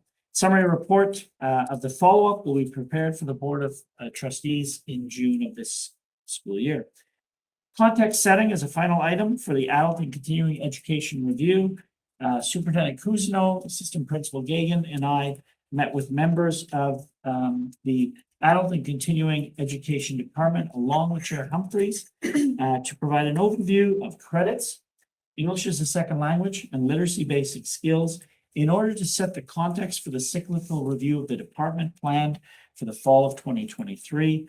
A report outlining details of the review will be reported or provided, pardon me, to the Board of Trustees in August 2023 so that we can get that work started and on its way for the fall, with a final report, potentially including recommendations to come to the board by the end of the calendar year of 2023, so that we can have plenty of time to institute any updates, changes, additions, revisions that we have for this department for the following school year 2025. Thank you. Excellent. Thank you, Director Buffoni. Any questions or comments from anybody? Yes, Trustee Gannett. Just more of a comment regarding Champlain Discovery. I had the privilege of, because I live close, watching something go up there. It's quite large, maybe 20 feet by 40 feet, I'm just guessing. And it was done through a couple of Algonquin College teachers, through the trades. And I just happened to be there on the day that they were finishing. And I had the privilege of talking to some of the fellow high school students with their hard hats and their work boots and, their belts and all the paraphernalia. And I had a good chat with a few of them, but I also thanked Alex and the other prof that was there. I believe it was Paul, someone, for helping out the school. I know in part it's going to be used as an outdoor classroom. And Alex is already sort of pumped, thinking, what would really look nice on either side of this is a row of benches. So he's a really dynamic young man. And I think that it'll be well utilized for multi-purpose, but part of the outdoor classroom thing that's been happening. So just thought I'd throw that in there. All right. Are there any other questions or comments on Director Buffoni's presentation? I'll go on with my chair's update. Just a couple of things. I had the pleasure of speaking with grade 5 and 6 classroom at A.J. Charbonneau Public School in Arnprior earlier this month, along with Trustee Doherty. They were studying the roles of government, had already worked on the provincial and federal components. So they were looking at more local components and particularly looking at municipal as well as school board trustees. So it was a nice opportunity to have a bit of a conversation with them. The hardest question I got was whether I played Minecraft. And I had to unfortunately say, no, I did not, but I perhaps should find out. So, Trustee Doherty has, so she actually made points where I did not. So both Trustee Doherty and I spoke about the role of the trustee, how we work with other levels of government, and the importance of student voice through our student trustees, as well as direct contact with our schools. And of course, many thanks to Mr. Nick Edge, who I know most of you around this table recall as being not only our student trustee, but our elected trustee from Arnprior for a period of time. And he was there on a placement and coerced Trustee Doherty and I in to speak. It was a lot of fun. I also had the opportunity to sit in on the Student Senate event in April, along with Trustee Dawson. Of course, as you know, the student trustee elections were held earlier this month, and it was really interesting to hear the 3 candidates as they described how they saw the role, what their priorities would be, and why they should be selected. We felt the candidates all did an excellent job, described a variety of potential initiatives, which I thought were really interesting, including strengthening community involvement, inviting guest speakers to discuss sensitive topics of interest, equity for the betterment of the student body, environmental projects, creating gardens, planting trees, celebrating cultures, and broadening robotics across the district. So those were just a few of the things that the students felt were high priorities for them as they were looking at becoming a student trustee. Congratulations to all students for putting their names forward and thinking carefully about what their role could or should be as a student trustee. And I know that our student trustee report will announce the winner, so I will leave that to our student trustees to do that. And I'm really glad I didn't have to vote on that. I think Trustee Dobson would agree. It would not have been an easy vote, that's for sure. As Director Buffoni mentioned, we had an excellent presentation by several staff of the adult and continuing education programming area in preparation for a more fulsome review in the fall of 2023. It's really an interesting component of the work that our board touches individuals of all ages from all communities with a variety of needs and provides so many opportunities for those individuals to achieve their goals and find their pathways to success. And it's a complex system with funding from a number of sources, which I always get confused with. And thankfully, we have passionate staff who are working very hard to provide the support these students and adults need. And I look forward to hearing much more about the programming during the review. And earlier this week, actually it was earlier last week now, as you may recall, the Ministry of Education did announce a variety of things, including some proposed legislation entitled the Better Schools and Student Outcomes Act. Among other things, the proposed legislation will allow the ministry to focus boards on important areas of student achievement, including reading, writing, and math. There's a great movement to get back to the basics. I just wanted to acknowledge that I think at our board, we're already doing a really good job of some of those back to the basics. And I certainly wanted to thank our staff for the significant help that they are achieving as they work with their students to hopefully catch up from some of the issues around COVID. And really get started on their road to success. We're also very thankful the ministry released the grants for student needs information last week, which allows us to establish our budget for the next school year. So I know that Superintendent Barnes and her staff will be busily reading and reviewing all of the bits and bobs that come with that, because there are always nuances that we perhaps didn't expect as they come our way. And I do appreciate our staff for working through all of the details, and to our trustees who will be reviewing and defining how our budget will look probably into June. We'll be spending a fair bit of time on that as well. The only other thing I would add that just so that you know, the Policy Review Committee did meet last week for the first time in about a year. So we are starting our way again on working through some of those policies that you see on the website. And we're starting out to a policy 9, which does impact a number of things that we as trustees do. So, and you may want to look at that at some point in time, but Trustee Kaiser is leading the charge on that, along with Trustee Morris, Trustee Doherty, and myself. So we're working away at that. Any comments or questions on my report? Trustee Jobson, I don't know if you wanted to add anything. Sorry, Trustee Kaiser. Excellent. If there was anything Impressive, yeah. with the student senate. Yeah. Yeah, it was great to hear these kids. They're going to do well. Trustee Kaiser. Just a quick comment and a shout out for Meredith, our administrative assistant, just in terms of her role at the PRC committee. It was, whenever you have a new person coming in, you're always sort of, she actually, her background and her knowledge in that area is a huge asset to that committee. So thank you. Thank you. That's great. Thank you. Yeah, we're looking forward to getting those well underway as well. Thankfully, we don't have hundreds of them. We only have like 23. So I think we should be able to attack those over the next year or so. Okay, so I think I'll turn it over to our student senators, our student trustees who are on the screen with us. So Taylor and Ava, if you have a few minutes to review your report for us, that would be great. I'd say the report, right? We just have to Sorry, turn you up a little bit, Taylor. I got nervous when I saw the slideshow pop up, and then Sorry, that was me.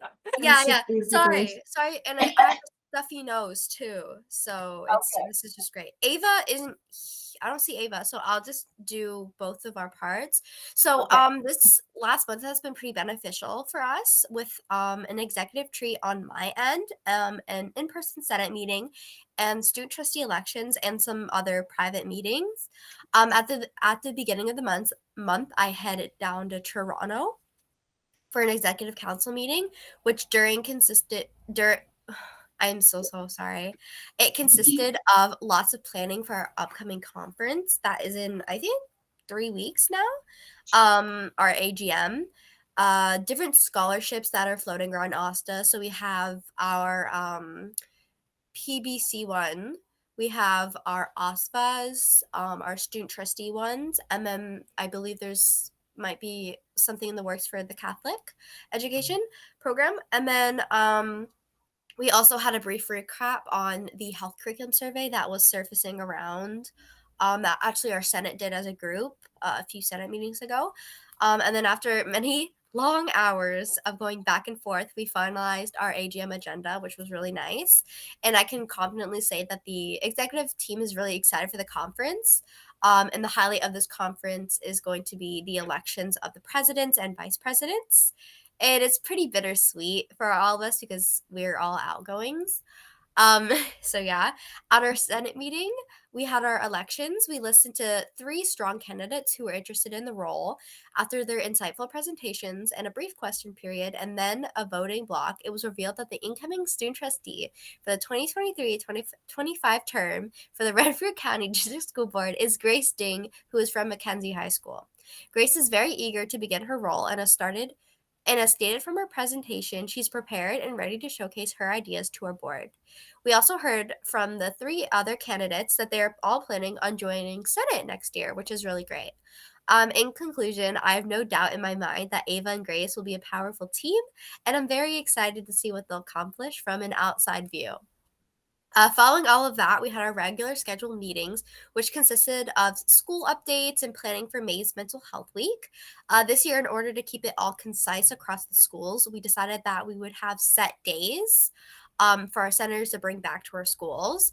And although we encourage our senators to make the days flexible and catering to their schools, the days overall seem really achievable, and we haven't heard anything negative back for them.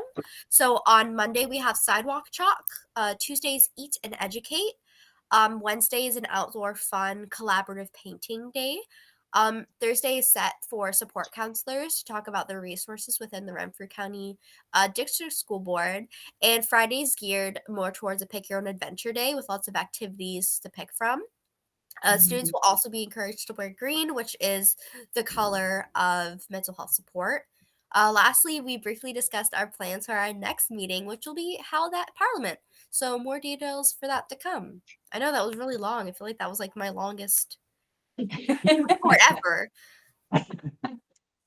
Thank you very much, Taylor. Any questions or comments for our student trustee? What's the date of your AGM, Taylor? So AGM this year is the 18th to the 21st, and Ava and I have our flight booked for late on the Wednesday night. So I can, more specifically, so I can be there the Thursday morning to help set up. Great. And this is May, or it's May, right? This is May, yeah. So it's like really coming up. So it's coming up quickly. Okay, Mhm. no, that's great. No, thank you thank you. And as you heard, both Trustee Dobson and I thought the presenters at your student senate were pretty amazing. All of your Oh, candidates. they were lovely. That's They're absolutely great. lovely. Yeah, so that was wonderful. No, I appreciate that. Thank you very much, Taylor. No Hope you're worries. feeling better. Thank you. Okay. All right, and we do just an OPSPA report. We really don't have. Kim, did you have anything you wanted to add about OPSPA? Nothing I can think of. The AGM stuff, I guess, it's online now. Other than that, so it's really good. We do have a board meeting this weekend, so Yes. we're heading to Toronto Friday, Saturday, and the AGM is actually at Blue Mountain this year, and it's June 7th to 9th, maybe? At 8 to 10. Or 8th to 10th, one of those, so I'm fine. Okay, good. Okay, perfect. Excellent. Okay, so we'll stay tuned for an OPSPA update at the next board meeting. We'll have probably lots to share. Excellent.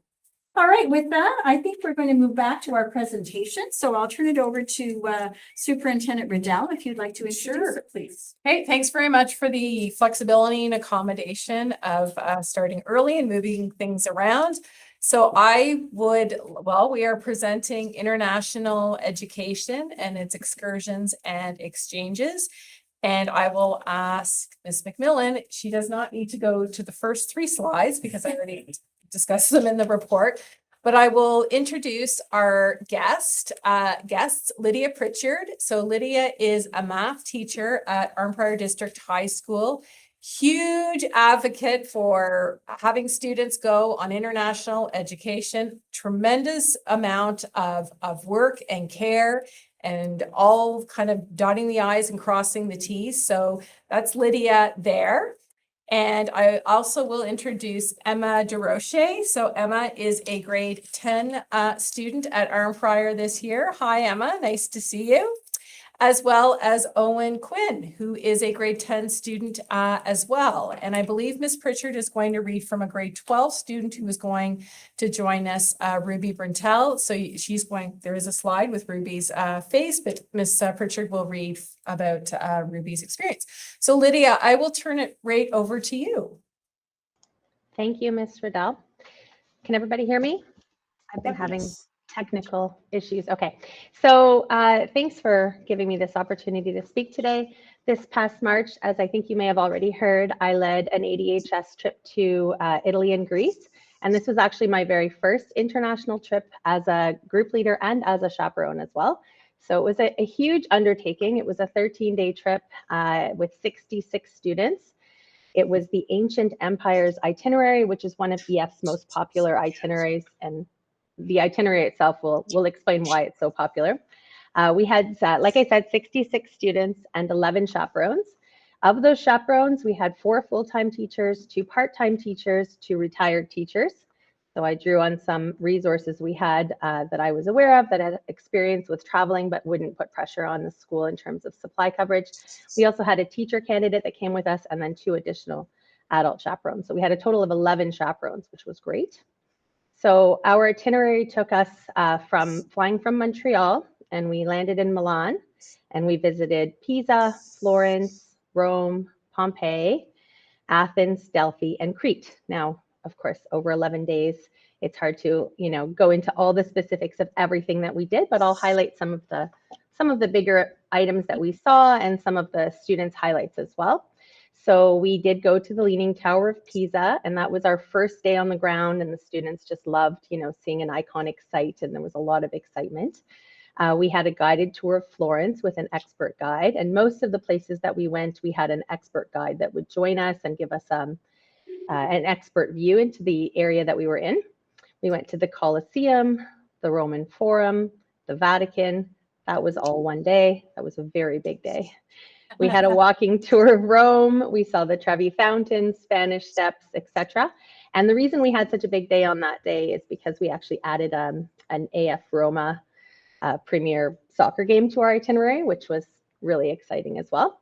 We went to Pompeii, and we went to see the Delphi Archaeological Museum, the Temple of Apollo, in the Acropolis and the Acropolis Museum, as well as the Knossos Palace and the Knossos Palace Museum. So a lot of museums, a lot of learning, a lot of archaeological sites, very exciting stuff. Aside from the actual, admissions and places where you needed tickets, we also got to experience, of course, the local cuisine, and a really big highlight for the students was the Greek dinner, which was this organized dinner where there was dancing and even some throwing plates and stuff. And I'm sure my students that are on the call will agree it was one of the highlights for sure of the trip. Just getting to experience that very different experience than what you would have, in Canada. So if you go to slide 8, you'll see some of the highlights that are not on the itinerary. So I think that's the next slide up over. So, another one over after that. There you can see we were in Delphi there.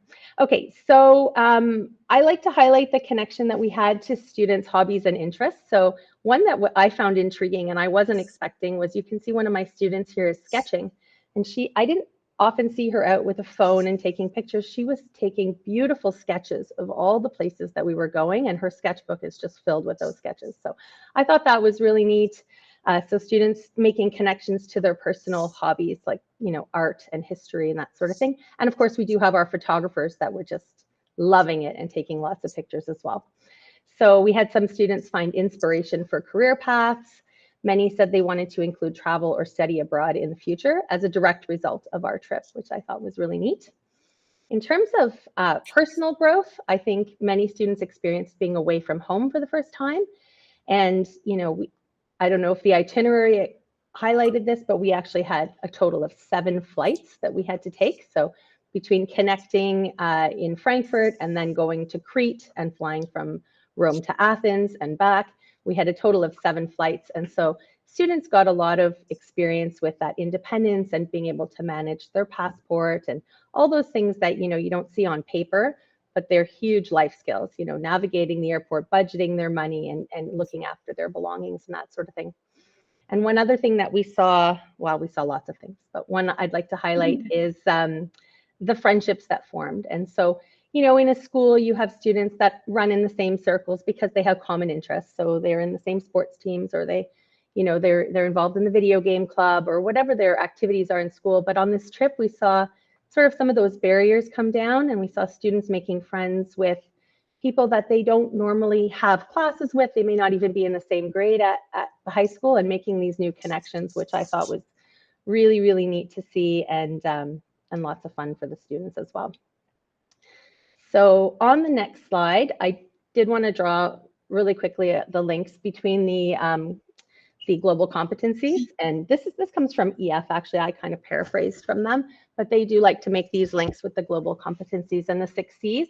So, you know, of course, I talked about the critical thinking and problem solving that's involved in, you know, navigating the airports, and problem solving about fundraising, budgeting, that kind of thing.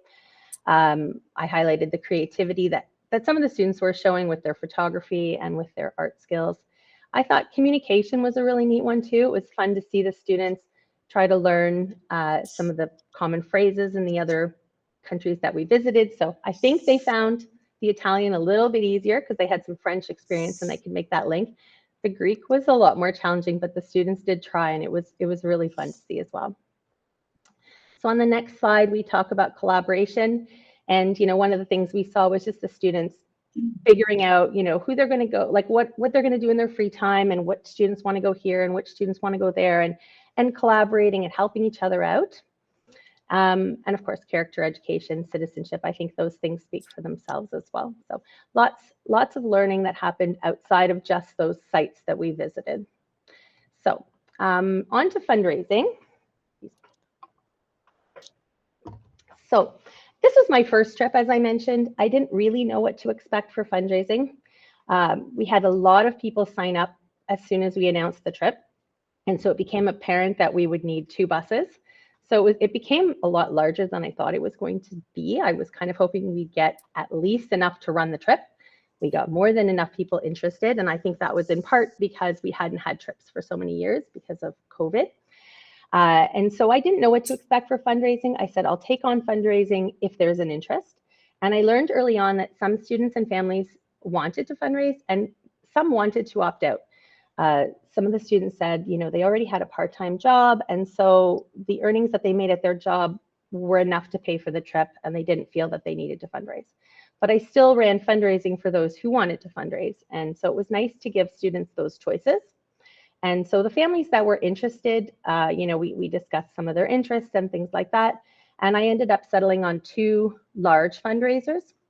And the fundraisers I ran, I felt I could manage them, but also students could participate as much or as little as they wanted. And students would also be able to benefit from the results of their own efforts. So the fundraisers were not to benefit the entire group, but students earned towards their own trips through the fundraisers. So those students that put in a lot of effort were able to reap those rewards towards their trip, which worked for everyone. So the first one we ran was kind of an interesting one. I collaborated with a retired teacher who used to run this fundraiser through the music program, Mr. Pecora, and it was the apple pie fundraiser. So he actually came in and taught me everything I needed to know for the fundraiser and kind of passed on the ropes to me. So it was great to have his help with that.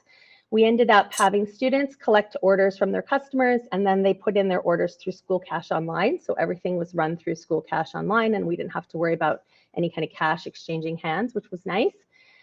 We had about 800 pies produced in one afternoon, which was, you should have seen our cafeteria that day. It was a little crazy. We actually had the foods program help us with the dough the previous day.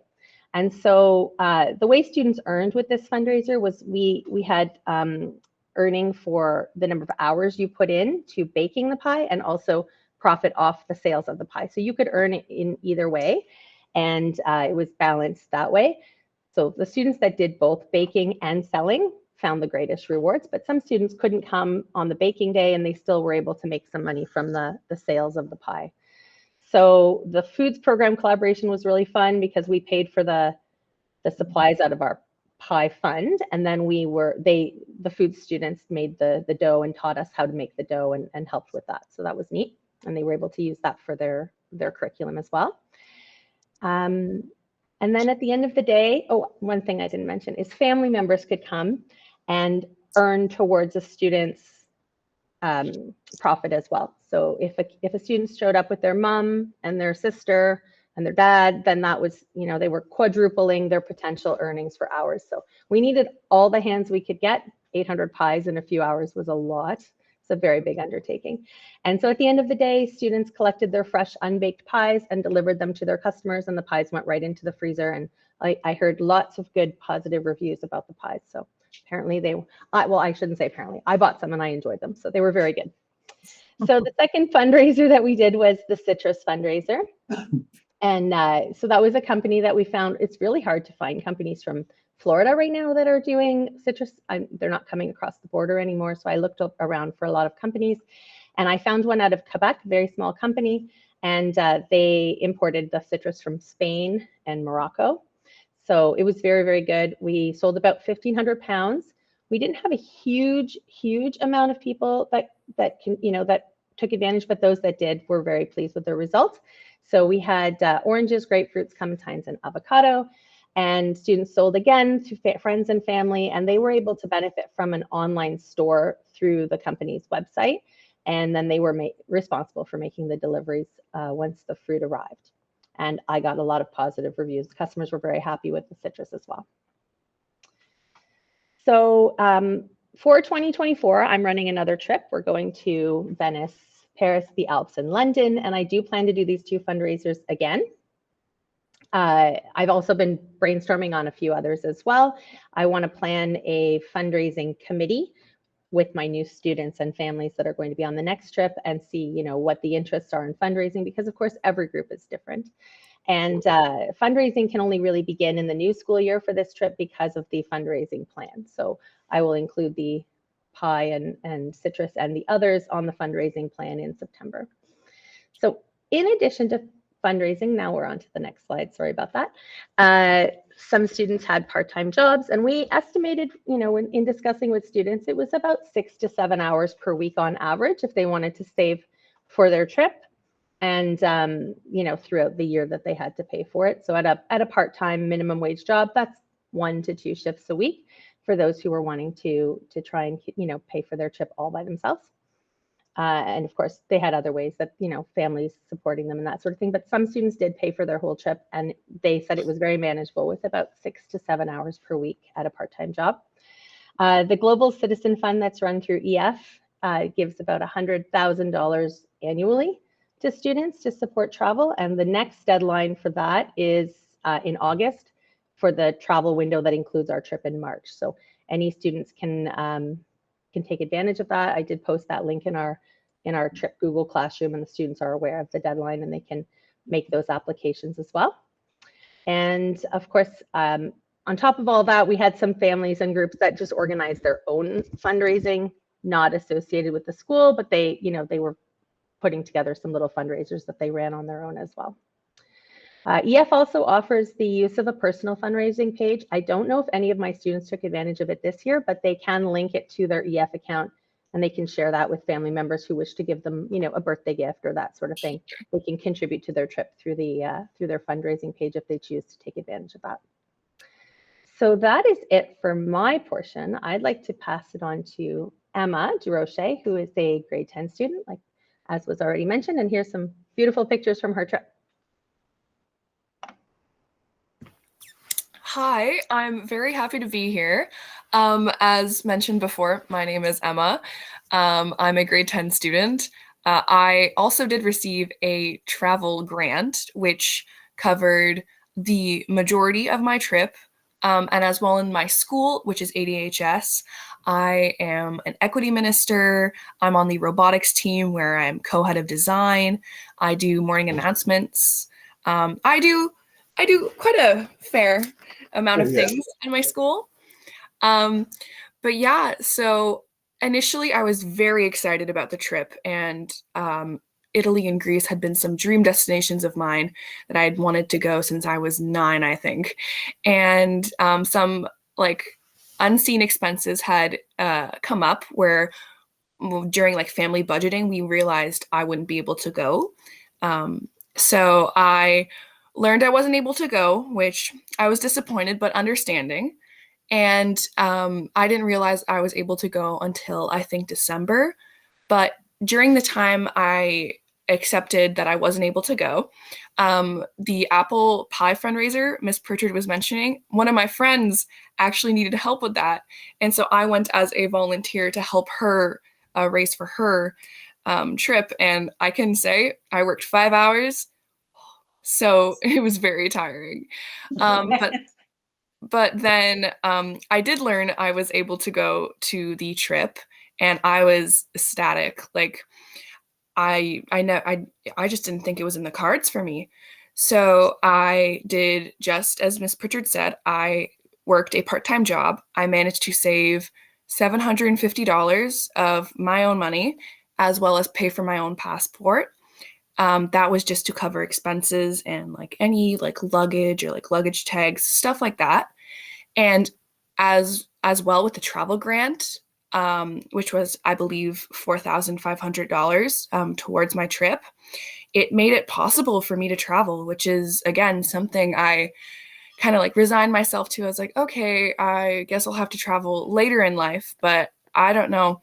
EF and RCDSB made it possible for me to go on a trip. Thanks, Emma. Emma mentioning that she volunteered for one of her friends just speaks to the character of this student. I could give a little bit of background about the travel grant. I was actually speaking with one of the executives at EF, North American VP, I believe. I don't remember his exact title. And he was mentioning about how EF is trying to be equitable and they have this travel grant. And so the next day I emailed him and I said, hey, I have this student that wanted to travel. And, I mentioned the circumstances. I told them how great Emma is and everything that she does for our school and how she works really hard for equity and all these great things. And he called me the next day and gave me the news. So I was able to pass that on to Emma. So EF was really great at accommodating, specific needs and looking after, making sure that the trip is equitable. So I have something to read from Ruby now. Ruby wanted to be here, but she had got called into work. So she sent me a little blurb to read. Ruby's a grade 12 student. You can see in the photo on the right, Ruby is quite emotional as she shares her trip highlights with our tour director, Stella. There were some goodbyes happening and just Ruby was very impacted by the trip. So that's why one of the reasons I asked her to speak. I'm sorry she couldn't be here and I'm sure she would have said it a lot better than me reading it, but I will pass on her message. So she says, hi, my name is Ruby.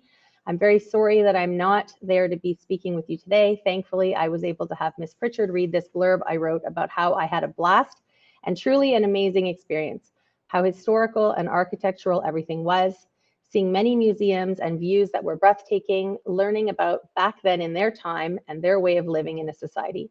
It was just astonishing and astounding how this was all put together. Thank you for allowing us to grow and evolve into the people we are today. Everyone can say that they had a great time and wouldn't miss it or turn it down in a heartbeat. It was honestly the best once in a lifetime experience. So that was Ruby's message. Oh, sorry, one more blurb I missed. I'm very appreciative for the opportunity to learn so much about Italy and Greece. Thank you for letting me have a say in how the trip affected me. So we sorry. So we now have Owen Quinn, who is in a classroom next door to me, waiting patiently to say what he had to say about the trip. Yep. So hello, my name is Owen Quinn. I am in grade 10, much like Emma. I am also on the student council here at ADHS. I am the school's tech minister, as well as the head of the engineering team at the robotics team we run here as well. I got the opportunity to go when I heard the trip was running. I was ecstatic. I've been meaning to get back to Europe since I went in, I believe it was 2017 with the Armed Prayer Scouts to the Netherlands for a camping trip. It was amazing. I loved it so much. And I've just been meaning to get back, and I finally got the opportunity. So I was like, I may as well. My mom offered to pay for a quarter of the trip, and then it was up to me to front the other, I believe it was, how much was it? 3 something, I want to say, 3 something grand. But with the fundraising I did, the fundraising I did accounted for at least another 1.5 to 2. So yeah, that left me with around $2,000 to front by myself, but working the job I had over the summer, going into grade 10, it was not that difficult. So I'm thankful for that. Got to experience the different cuisines and the architect of Italy and Greece, which was absolutely stunning, I might add. The Vatican and Rome was excellent. Alongside experience the cultures, more modern cultures, I'd say. Like when we went to the football game, I know that was the most ecstatic part for a lot of people, except for the Greek dinner. The Greek dinner was amazing. If you ever get the chance to go, I would recommend it. Lots of dancing. Don't wear anything too heavy though. You will sweat a lot. Might add. That's pretty much all I have to say. But it was a great trip. If I could go again, I would. But I'm relatively busy until December of next year. So yeah. All right. Thank you. Thank you, Owen. So thanks very much, Lydia, Owen, and Emma. Certainly appreciate your experience and all of your efforts and passion to go on the trip. The rest of the presentation was just what I just added it. So if you wanted to for Yeah, questions. I guess I'm just wondering if the trustees might have some questions. Yeah, So does anybody have a question or a comment or it sounds all very exciting, so it's lovely to hear about it. Anybody have a comment or a question? Yes, trustee Doherty? Just more of a comment, just, it's great to see, how much work I imagine this is for, teachers to put together, so, especially with the fundraisers and everything else, so just thank you for that. And what a great budgeting opportunity as well for the kids to learn about budgeting and doing that stuff, just saving for the trip, so thank you. Any comments or questions? Yeah, trustee Gannett? Yes, it was really nice to see that you made the comment about students meeting other students they would have normally not associated with or had a chance to meet. I think that meshing and that bond when you're together for that amount of time and uniqueness, that's really, really awesome. I guess my next question to you, Lydia, is are you a second generation teacher? Do you know an Elaine Pritchard? Oh, no, I'm not. There's no relation. Okay, because I was just wondering because I've heard that name. Yes, I heard there was one at ADHS, but there's no relation. No, I'm new to the area I've lived here 22 years, but I grew up in Quebec and I'm a first generation university graduate as well. So in my family. Mm-hmm. And lastly, I had a big grin and I was chuckling the whole time because I was very fortunate to have spent some time in Italy last year. And I think probably 80% of the sites that you as a group saw, I had the privilege of seeing too. It was just awesome. So thank you again for your efforts and all that you put in. And I think you've got the bug to continue to keep doing it, even though there's probably an enormous amount of work. So I'm sure the future students that get the opportunity to go with you will be much appreciated. Thanks for your time. Thank you very much. Trustee Kaiser.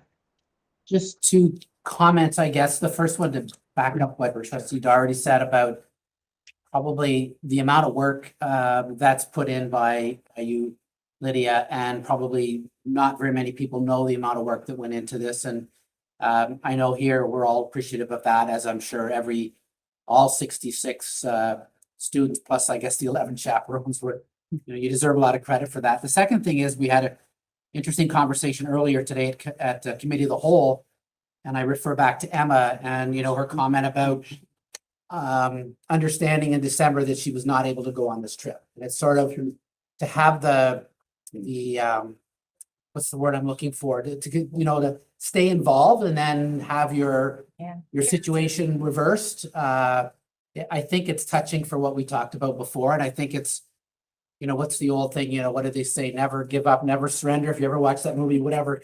Then, you know, it's kind of nice to hear that, because I think part of what we want to do as a board is make sure that students in the future in situations like yours have an avenue to go to explore opportunities, to be able to make this trip work if it doesn't work out, you know, financially in that regard. So I guess I could say a little inspirational from our conversation this afternoon, and I certainly appreciate you sharing that story with us. Any other comments or questions? I have a question for both Emma and Owen, so I'll let you think about it for a minute. I want to know what you would say was the highlight of your trip. Like what's the highlight, and maybe two things. What's the highlight, and what's the thing that you learned about yourself the most on the trip? So this is really putting you on the spot. Emma, looks like you're ready for something. I thought I was going to like Greece more personally because I am a huge Greek mythology fan, but something about the atmosphere in Italy and just like the overall like warmth from the locals, I really found myself absolutely loving the time I spent in Rome, that including like the Colosseum and like the Roman soccer game, well, football. But I find that I really just found myself absolutely loving that like little portion the most. Excellent. And something you learned about yourself? Anything that kind of comes to mind? I learned that I'm capable of a lot more than I thought previously. When you go to Europe and places you're unfamiliar with, you just kind of discover that, oh my God, I'm capable of going up to all different kinds of people and like ordering and just kind of putting myself out there more than I ever thought I was capable of. Excellent. Good. And Owen, what about you? What was your highlight and what was your learning? I would have to say that my highlight would be when we went to Crete in Greece. I purely say that because of how beautiful the views were. It was a small, like Heraclion wasn't really small, but it had the atmosphere of being more of a small town compared to what we're used to even here in Armprayer, I'd say.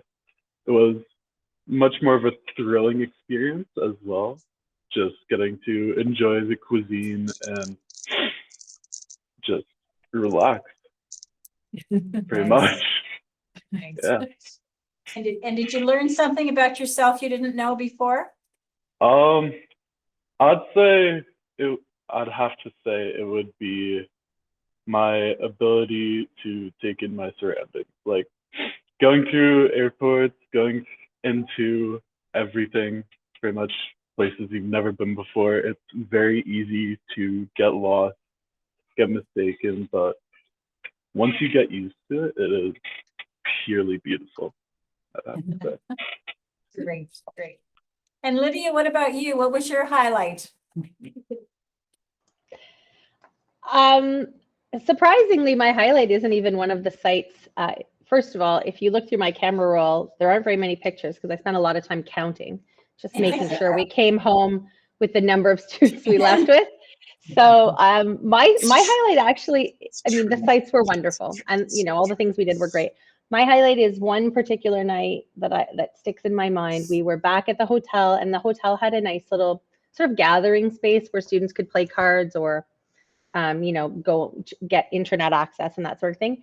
And I heard a lot of laughter, and I said, like, who's over at that table? And it was a large group sitting at the table, and kind of like what I alluded to before, a group of students I would never have seen likely hanging out and having fun together back at school, you know, different grades, different slices of our population, and just having a great time together. And that mental image sticks with me. Actually, I took a picture. I have an actual picture of that. It was such a heartwarming thing to see. And that was really, truly my highlight of the trip. That's wonderful. Well, thank you so much for sharing. Unless there are any other comments or questions. Thank you so much for joining us today. And giving us an overview of the amazing trip you went on, but also the work behind the scenes to make sure that you achieved your goals. And thank you to the students particularly for sharing your thoughts and insights. What a wonderful opportunity. And thank you, Lydia, for all your work in getting this going as well. So I'm sure you've got lots of students keen for next year already. We do have about 39 already signed up. So it's going to be another big trip. Thank you for the opportunity. We really appreciate it. Thanks so very much. much. Fine. Very nice.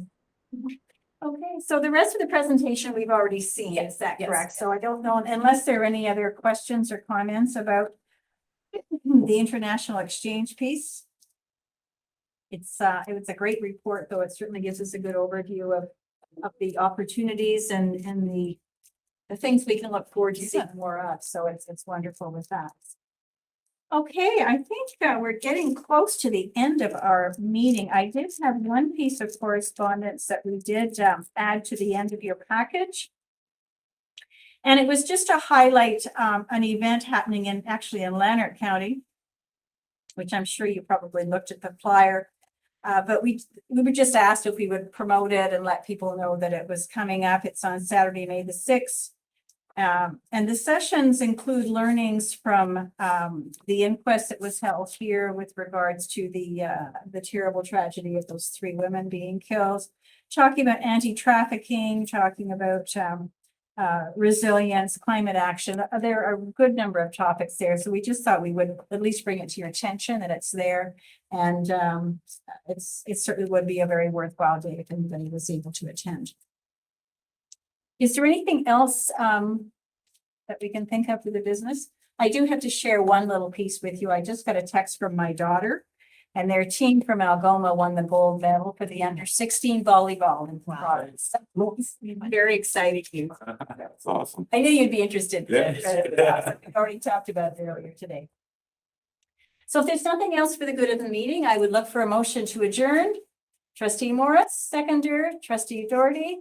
All those in favor of adjournment, and that is carried, and we are adjourned. Thank you very much, everybody. Bye, everyone. Bye.